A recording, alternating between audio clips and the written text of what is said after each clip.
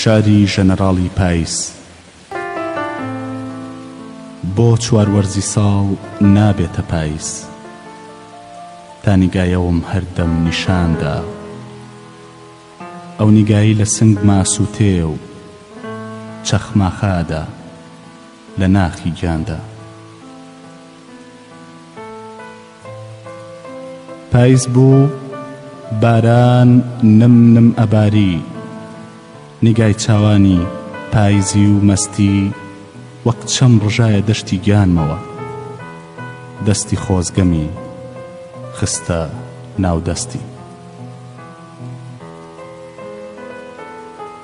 وێنەی دوو دڵ و تیرێکمان هەڵکەند لەسەر قەدی ئەو دار ئەرخەوانە. خوا تۆ بڵێ ئەو دارەما بێ، یان ئەویش سووتووی سەر گۆڕەکانە.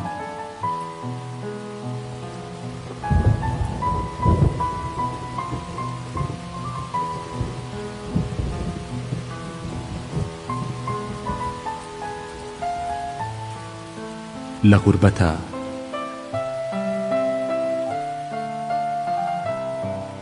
سینەی پڕاهم هەورێتیا دەگری و لە چاوانمەوە باران داناکە. عمریشم بەفری بەرهەتاوێکە، هەرە بێت بە شوێن مردنا ڕاکە.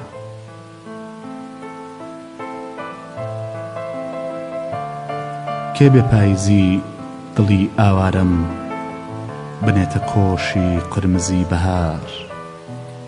کەشتێکی وێڵ لە دەریای تووشە، تۆ بڵێ ڕۆژێ بگاتە کەنار. با خۆم گێل نەکەم منی غوربەتی، کەنارم تۆف و شەستە بارانە. کەس ناگری بەسەر ڕوخساری منە، تەموو مژێکی دەمێوارانە.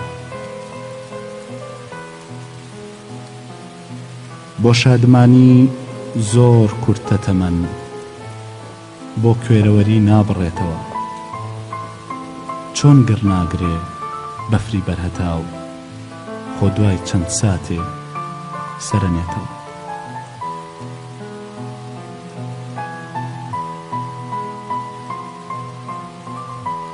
بەفری بەرهەتاو چییە جوانەکەی، گەر خوێن نەهێنێ لە دەستی گزنگ. ئەگەر نەبێتە جەنگەڵی هاوار، کە توانەوە عمری نایە چنگ. ئای چەندە مەیلم لە گریانێکە دڵ و جەرگمی تیا بتوێتەوە. تەنیام و تەنیا کەس نییە باوەش بۆ مازارەی من بگرێتەوە. لە تاو تەنیایی دوێنە نیوە شەو، چوم سەگێکی مات بگرمە باوەش. چاوانیە دوت گەڵای پاییزە، ئەویش جێی هێشتم تف لە بەختی ڕەش. شەو نیوە شەوان پیاسەی نیوە شەو، سەگێک ئاشنا بە ڕۆیشتنی ڕێم. چاومە بڕیە چاوانی زەردی، چەمی عاتیفەی ئەڕشتە بەرپێم.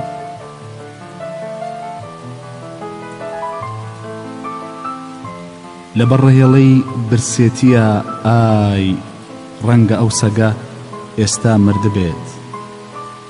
بەدەم هەناسەی گیان دەرچوونەوە، یادێکی منی تەنیای کردبێت.